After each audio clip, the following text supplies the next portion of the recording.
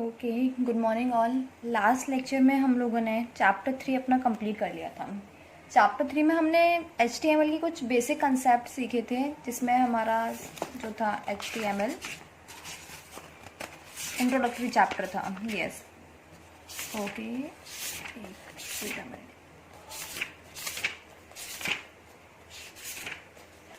Okay. तो हमारा chapter 3 था इंट्रोडक्शन टू HTML। ये हमने कंप्लीट किया था लास्ट टाइम में, जिसमें मैंने आप लोगों को इसकी थ्योरी जो थी वो कंप्लीट करा दी थी, जिसमें हम लोगों ने बेसिक टैग के बारे में पढ़ा था कि empty tag and container tag और इम्पिटी टैग कौन से होते हैं। उसके बाद हम लोगों ने बैकग्राउंड एट्रीब्यूट के बारे में पढ़ा था। उसके बाद फिर लेफ्ट मार्जिन वगैरह पढ़ा था। देन हम लोगों ने लिस्ट के बारे में पढ़ा था कि कितने टाइप की लिस्ट होती है, उनको यूज़ कैसे किया जाता है। हमारा थ्योरी कंप्लीट हो चुका था, तो मैंने बोला था कि मैं इस चैप्टर का प्रैक्टिकल आपको बताऊंगी, जिससे आपको क्लियर हो कि ये जो थ्योरी हम लिख रहे थे, एक्सप्लेन कर रही थी मैं, हम उसको समझ रहे थे, उसका यूज़ हमें किस तरीके से करना है प्रैक्टिकल में। तो आज जो मैं आपकी क्लास ले रही हूँ वो प्रैक्टिकल क्लास ले रही हूँ, इंट्रोडक्शन HTML की इंट्रोडक्शन की। और जो स्टूडेंट्स अभी 10th स्टैंडर्ड में आए हैं, तो उनको मैंने 8th स्टैंडर्ड में HTML पढ़ाया है और आप लोगों को प्रैक्टिकल भी कराया है उसका, तो आप लोगों को थोड़ा बहुत पहले से ही पता होगा। पर फिर भी मैं इस बार इस चैप्टर का आपको प्रैक्टिकल करा रही हूँ। जहाँ से अगर पॉसिबल हो पाए प्रैक्टिकल तो आप अपना कंप्लीट कर लीजिएगा, नहीं हो तो आप थ्योरी पे कंसंट्रेशन करिएगा। ओके, तो हम स्टार्ट करते हैं अपना बेसिक से। ओके, सबसे फर्स्ट हमें पता था कि हमें जो टैग राइट करने हैं वो किसी टेक्स्ट एडिटर पर करने हैं, तो हम नोटपैड बेटर ले लेंगे। ठीक है, नोटपैड हमने लिया। अब इस पर हम अपने टैग्स जो हैं उनको टाइप करेंगे। तो मैंने कहा था आपको स्ट्रक्चर याद होना चाहिए पूरा, यानी बेसिक स्ट्रक्चर जो होता है HTML का, जो हम हर टॉपिक में यूज़ कर रहे थे। क्या less than and greater than के अंदर हम टैग लिख रहे थे। ठीक है, HTML, देन HAD हेड, उसके बाद हम लोग यूज़ कर रहे थे टाइटल, TIT, सॉरी एक हाथ से टाइपिंग करना थोड़ा मुश्किल है, कोई बात नहीं। टाइटल में हम कुछ भी नाम दे सकते हैं, जो भी हमें देना हो। ठीक है, ओके। टाइटल टैग क्लोज का साइन, ये वाला स्लैश यूज़ करते हैं हम लोग विदाउट शिफ्ट। ओके, ये less than and greater than के साइन शिफ्ट के साथ प्रेस करने हैं, और उसके बाद टाइटल टैग क्लोज। आपको पता है कंटेनर टैग और इम्पिटी टैग में क्या होता है, कंटेनर टैग क्लोज होना नेसेसरी होता है, और वो जो क्लोज होता है वो किस सिंबल्स के बीच में क्लोज होता है, ये less than and greater than के बीच में। ये हमने टाइप किया है। HTML है title tag close, then head tag close. उसके बाद हम बॉडी टैग यूज़ करेंगे। उसके बाद body tag close, then HTML close. Okay, तो ये बेसिक स्ट्रक्चर हम लोगों ने पढ़ा था लास्ट टाइम क्लास में, कि यही स्ट्रक्चर जो है हमें कोई भी हम लिस्ट बना रहे हो या कोई भी कोडिंग कर रहे हैं HTML की, ये स्ट्रक्चर नेसेसरी है, हमें ये टाइप करना होगा। इसके बिना हमारा जो आउटपुट है वो नहीं मिलेगा हमें। बट मैंने बोला था कि आप जितनी भी कोड लिखें या जितनी भी मॉडिफिकेशन करेंगे वो ये body tag open and body tag close के बीच में ही हमें लिखना होगा। तो अगर मैं बॉडी टैग ओपन और बॉडी टैग क्लोज के बीच में कोई वर्ड राइट करती हूँ, लाइक अगर मैं लिख लेती हूँ COMPU टेयर कंप्यूटर। ओके, और हम लोग स्टार्ट करते हैं अपने। सबसे फर्स्ट मैं इसका इंट्रोडक्शन दिखा देती हूँ, उसके बाद हम कुछ करेंगे। ठीक है, ये हमने लिखा और सिर्फ हमारा वही प्रिंट होगा जो बॉडी और बॉडी टैग के अंदर लिखा होगा, उसके अलावा हमारा कोई भी प्रिंट नहीं होगा या कोई भी टैग वर्क नहीं करेगा। ये सिर्फ बेसिक स्ट्रक्चर है। अब हमें इस फाइल को सेव करना है, तो हमने क्या किया, Ctrl+S प्रेस किया, तो डायलॉग बॉक्स अपीयर हो गया सेव के लिए। हम कोई भी इस फाइल को किसी भी नाम से सेव कर सकते हैं, जैसे कि first.html। आपको इस एक्सटेंशन लगाना पड़ेगा, आप कोई भी नाम दे फाइल को, उसके बाद ये .html जो मैंने प्लेस किया है यहाँ पे, ये आपको प्लेस करना पड़ेगा। अगर आप ये नहीं करोगे तो फाइल रिकॉग्नाइज नहीं करेगी कि आपने किस टाइप की फाइल सेव की है। एंटर की से आपने इसको सेव किया, उसके बाद हम इसको मिनिमाइज कर लेते हैं। ओके, मिनिमाइज किया हो, मैंने देखा डेस्कटॉप पे हमारा ये आ गया है फर्स्ट नाम का, ये किसी सर्च इंजन के ही आइकन में आएगा या वेब ब्राउजर के में। ओके, तो मैंने क्या लिखा था, body open and body close के बीच में ये कंप्यूटर, तो वही हमारा प्रिंट हुआ यहाँ पे, सिर्फ कंप्यूटर। अब हम दोबारा वहीं आ जाते हैं। हम दोबारा वहीं आए तो हम लोग स्टार्ट करते हैं अपने जो टैग और एट्रीब्यूट हम लोगों ने पढ़े थे, ठीक है। हम लोगों ने ये तो हमारे एग्जाम्पल क्लियर हो गए किसके, कंटेनर टैग के, क्योंकि HTML ओपन है फिर वो क्लोज भी है, हेड ओपन है फिर वो क्लोज भी है, तो मोस्टली इसमें कंटेनर टैग के तो एग्जाम्पल हमें दिख रहे हैं। पर अगर हम बात करें एम्प्टी टैग की तो उसकी एग्जाम्पल कैसे लेंगे, हम इसी में मॉडिफिकेशन करते हैं, ठीक है। ये था कंप्यूटर, मैंने बताया था BR और HR टैग, दो एग्जाम्पल दिए थे मैंने आपको, जो किसके एग्जाम्पल थे, एम्प्टी टैग के एग्जाम्पल थे। तो हम यही यूज करते हैं। BR क्या करता था, लाइन ब्रेक करने का काम करता था, और HR हॉरिजॉन्टल लाइन क्रिएट करता था। चलो एक ही प्लेस पे दोनों को यूज कर लेते हैं। BR क्या करेगा, लाइन चेंज कर देगा, यानी C के बाद अब लाइन चेंज हो जाएगी अगर BR लाइन चेंज करता है तो। HR भी लगा देते हैं साथ में ही, HR, या फिर हम बात एक एक करके पढ़ेंगे, ठीक है। C के बाद BR टैग लगाया, यानी C के बाद अब क्या होगी, लाइन चेंज होगी। Ctrl+S से मैंने इसको सेव किया, और F5 से जैसे ही मैंने रिफ्रेश किया, C के बाद आप देख सकते हैं, C के बाद लाइन ऑटोमेटिकली चेंज हो गई। क्यों, क्योंकि मैंने C के बाद क्या लगाया था, BR टैग लगाया था, और BR टैग का काम क्या होता है, लाइन को चेंज करना। क्लियरली समझ में आया BR टैग का काम क्या होता है। अब हम कुछ पढ़ते हैं HR टैग के बारे में। BR टैग का क्लियर था मैम, आप लोग बोल रहे होगे BR टैग का क्लियर था, मैम ने बताया था। फिर HR टैग, HR भी एम्प्टी टैग होता है, उसको क्लोज होना नेसेसरी नहीं होता। पर HR का वर्क क्या होता है, HR क्या करता है, हॉरिजॉन्टल लाइन बनाता है, एक हॉरिजॉन्टल लाइन बनाता है। तो देखते हैं, हमने HR भी लगा दिया है अब C के बाद, यानी अगर हॉरिजॉन्टल लाइन बनाता है तो C के बाद एक हॉरिजॉन्टल लाइन आएगी। चेक करते हैं वर्क कर रहा है कि नहीं। Ctrl+S से सेव किया मैंने, और Alt+Tab से मैंने इसको स्क्रीन को चेंज किया। उसके हमने देखा यहाँ कुछ भी नहीं हुआ है। C के बाद सिर्फ क्या है, वही लाइन चेंज थी, वही हुई है। पर हमें इसको रिफ्रेश करना होगा, और रिफ्रेश की शॉर्टकट की होती है आपकी F5। F5 जैसे हमने प्रेस किया वैसे ही देखिए आप क्या हो गया, C के बाद एक हॉरिजॉन्टल लाइन आ गई आपकी। तो इतना क्लियर हुआ, समझ में आया कि हाँ HR टैग का वर्क क्या होता है। BR tag, BR line change करता है। अब हम सब में BR टैग लगाते हैं, ठीक है। इन सबको इस सिक्वेंस में लिखते हैं, ठीक है, गए। अब हम C के O के बाद में भी BR टैग का यूज करते हैं, ठीक है। ओके,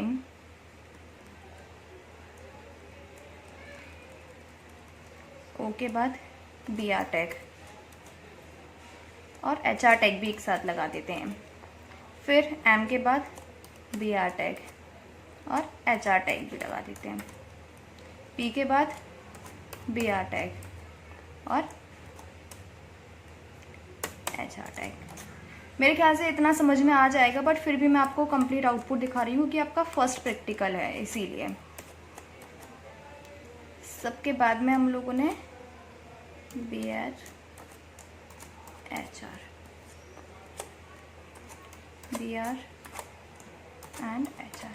अब सबके बाद में लाइन चेंज होगी और हॉरिजॉन्टल लाइन आएगी। इसको हम सेव कर देते हैं, देखते हैं क्या आउटपुट आ रहा है हमारा। ओके, F5 से हमने रिफ्रेश किया, देखिए जैसा मैंने बताया था, हर एक लेटर के बाद क्या हुआ है, लाइन चेंज हुई है, और लाइन चेंज होने के बाद क्या आया है, यहाँ पे आपकी हॉरिजॉन्टल लाइन आई है। क्लियर दिखाई, हाँ। क्यों, क्योंकि हमने C के बाद भी BR लगाया था, इससे C के बाद भी लाइन चेंज हुई। O के बाद भी BR लगाया था तो O के बाद भी लाइन चेंज हुई। इस तरीके से ये हमारा टैग वर्क करता है। तो इतना समझ में आया होगा सबको, ठीक है। अब हम बात कर रहे थे एट्रीब्यूट की। हमने बोला था टैग के अंदर जो उसको स्पेसिफाइड करते हैं वो एट्रीब्यूट होते हैं। तो सबसे पहले हमने बॉडी बैकग्राउंड एट्रीब्यूट के बारे में पढ़ा था। तो बॉडी BG कलर लगा के देखते हैं कि कलर चेंज हो रहा है या फिर वो सिर्फ टैग ऐसे ही थे।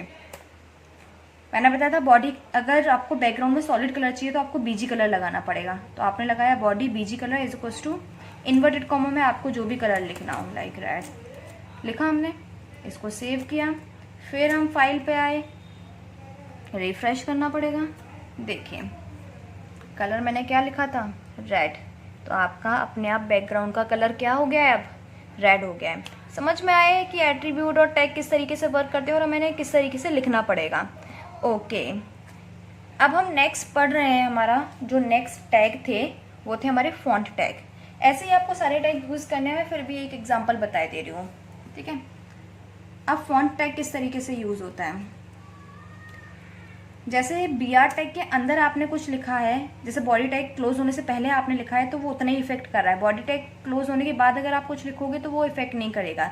जैसे बॉडी यहाँ क्लोज हुई है, बॉडी टैग उसके बाद हम लोगों ने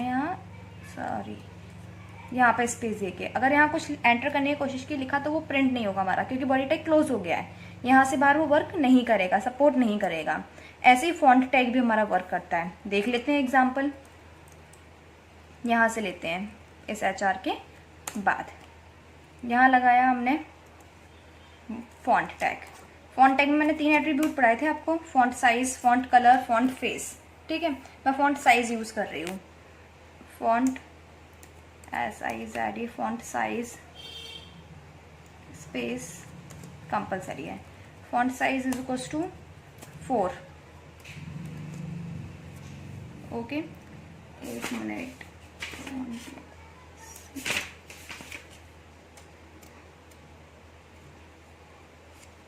ओके, इन्वर्टेड कॉमा में नहीं है आपका, बिना इन्वर्टेड कॉमा के आप लिख सकते हो उसको। ठीक है, font size is equals to हमने किया 4 और इसको यहाँ क्लोज कर दिया।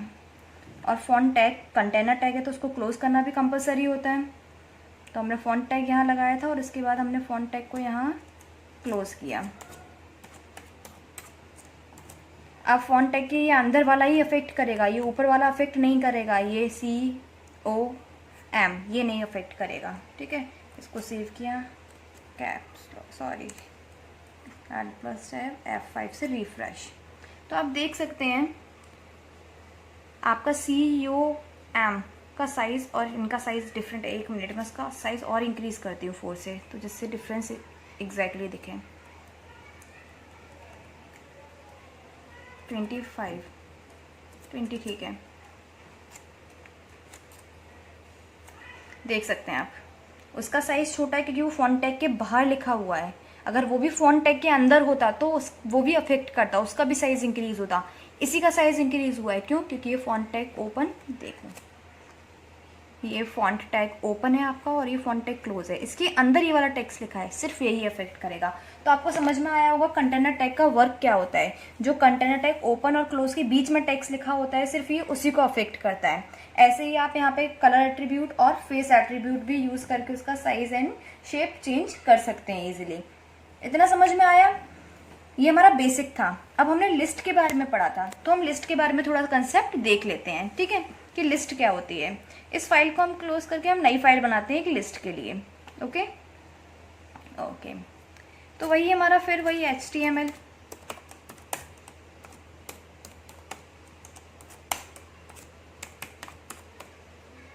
ओके सॉरी,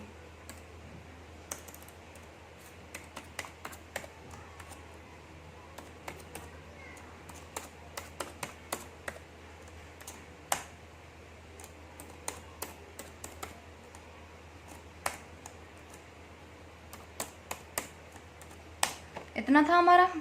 अब हमें क्या बनानी थी? लिस्ट। मैंने लिस्ट में आपको क्या पढ़ाया था? लिस्ट कितने टाइप की होती हैं? 3 टाइप की, ऑर्डर्ड लिस्ट, अनऑर्डर्ड लिस्ट और डेफिनेशन लिस्ट। तो हम एग्जांपल लेते हैं सबसे फर्स्ट ऑर्डर लिस्ट का, जिसके लिए हमें क्या लगाना पड़ेगा? OL। और ऑर्डर लिस्ट में आपको टाइप लिखना है कि आपको किस तरीके की ऑर्डर लिस्ट चाहिए, तो आपको ये भी करना पड़ेगा। फिर LI टैग क्यों लगता है? लिस्ट क्रिएट करने के लिए। लाइक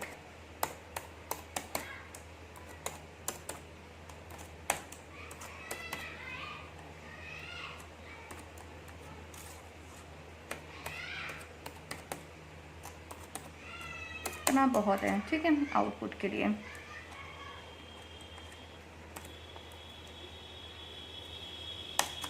OL क्लोज कर देते हैं और बॉडी टैग को भी क्लोज कर देते हैं।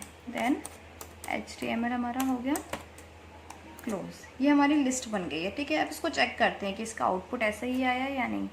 इसका नाम दे देते हैं list.html। .html हमने लगाया जिससे रिकॉग्नाइज कर पाए वो इजीली। ओके, ये रही हमारी लिस्ट। देखिए 1 2 3 मैंने दिया था तो यहाँ 1 2 3 आया। अगर मैं इसको रिप्लेस कर दूँ 1 से और मैं यहाँ लिख दूँ ऑर्डर लिस्ट में स्मॉल ए लिखिए। ठीक है, F5 से रिफ्रेश किया तो क्या आ गया ऑर्डर लिस्ट में? अब small a and small b, Roman number लिखोगे रोमन नंबर आएगा, कैपिटल नंबर लिखोगे कैपिटल नंबर आएगा। वो आपके ऊपर डिपेंड करता है कि आपको किस तरीके से उसको राइट करना है। इतना क्लियर हुआ? अब सेम हम ऐसे ही पढ़ेंगे यूएल लिस्ट के बारे में, सिर्फ ओ एल हटा के क्या कर देंगे यूएल, और टाइप में यहाँ सर्कल, ठीक है। ये एल वही रहेगा, सेम, कोई फ़र्क नहीं है, एल आई लिस्ट के लिए यूज़ होता है। इसको सेव किया, यूएल समझ गए आप, यूएल टैग लगाया मैंने अनऑर्डर लिस्ट के लिए, टाइप लिखा सर्कल चाहिए मुझे, यूएल टैग क्लोज किया, Alt प्लस टैब से F5 से रिफ्रेश किया तो देखिए सर्कल आ गए। मैंने बताया था सर्कल क्या होते हैं। अब बुलेट्स अगर मुझे चाहिए, बुलेट्स बाय डिफ़ॉल्ट आते हैं, अगर आप ये सब हटा दोगे ना तो बुलेट्स आ जाएंगे आपके। जैसे मैंने ये हटा दिया, लाइक ये यूएल लिखा है सिर्फ, तो Alt प्लस टैब करके मैं F5 करूँगी तो ये अपने आप बुलेट आ जाएंगे, अपने आप बाय डिफ़ॉल्ट ही हो जाता है। अगर आप टाइप में कुछ नहीं लिखोगे तो वो आपको बुलेट्स ही दिखाएगा। OL और UL क्लियर हुआ किस तरीके से वर्क करता है, ये समझ में आया होगा OL और UL का प्रैक्टिकल। नेक्स्ट हम बात कर रहे हैं अब UL के बाद डेफिनेशन लिस्ट की। डेफिनेशन लिस्ट में हमने बोला था DL टैग मेन टैग की तरह यूज़ होता है, उसके बाद एक DT टैग यूज़ होता है, क्यों?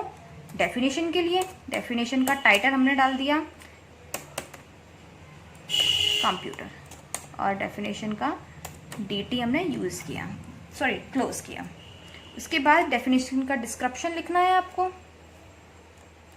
ये हमने किया, and it is an electronic device, sorry, ठीक है, बहुत इतना। और हमने DD टैग क्लोज किया। मैंने यही तो बताया था आपको कि DL में क्या होता है, डेफिनेशन लिस्ट का मेन टाइटल यूज़ होता है, देन DT टैग हम यूज़ करते हैं डेफिनेशन टाइटल के लिए। हमारा डेफिनेशन का टाइटल क्या है, कंप्यूटर, और उसके बाद उसको डिस्क्राइब करने के लिए DD टैग। फिर आपका काम खत्म हो गया तो हम DL टैग को यहाँ क्लोज कर देंगे। क्लियर है इतना? अब इसका आउटपुट देखते हैं क्या आता है। देखिए कंप्यूटर, हमने DT टैग का टाइटल लिया था, डेफिनेशन का टाइटल आ गया, और ये इसका एक्सप्लेनेशन। आप जितना लिखोगे उस तरीके से ये एक्सप्लेनेशन इसका वर्क करेगा। तो होप आप लोगों को समझ में आया होगा प्रैक्टिकल की किस तरीके से हमारा HTML के जो टैग्स हैं वो वर्क करते हैं। ऐसे ही इसको अच्छे से कंप्लीट करिए, और उसकी जो लिस्ट है मैंने आपको लास्ट चैप्टर में होमवर्क में दी थी, उनको कंप्लीट करने की कोशिश करिए। और जिनके पास इलेक्ट्रॉनिक डिवाइसेस हैं घर पे तो वो कोशिश करें प्रैक्टिकल कंप्लीट करने की, और जिनके पास नहीं है वो अपना थ्योरी पे कंसंट्रेशन करें। थ्योरी के थ्रू ये चीज़ हम लोग नोटबुक पे भी कर सकते हैं, बस नोटबुक में आउटपुट नहीं मिलेगा, तो आउटपुट चेक करने के लिए मैं हूँ। आप लोग मुझे एक बार क्वेश्चन सॉल्व करके बता सकते हैं, मैं आपको बताऊंगी कि आपका आउटपुट सही है या नहीं है। क्लियर है इतना? ओके, तो हमारा 3rd chapter with practical done, एकदम फिनिश हो चुका है। नेक्स्ट हम लेक्चर से 4th चैप्टर स्टार्ट करेंगे थ्योरी में, उसके बाद उसका प्रैक्टिकल देखेंगे। तो अपना 3rd चैप्टर के नोट्स वगैरह, उसका जो कंसेप्ट है, उसमें जो भी डाउट्स हैं वो सब क्लियर करके रख लीजिए, क्योंकि नेक्स्ट चैप्टर हमारा 4th स्टार्ट हो रहा है। Okay, goodbye all.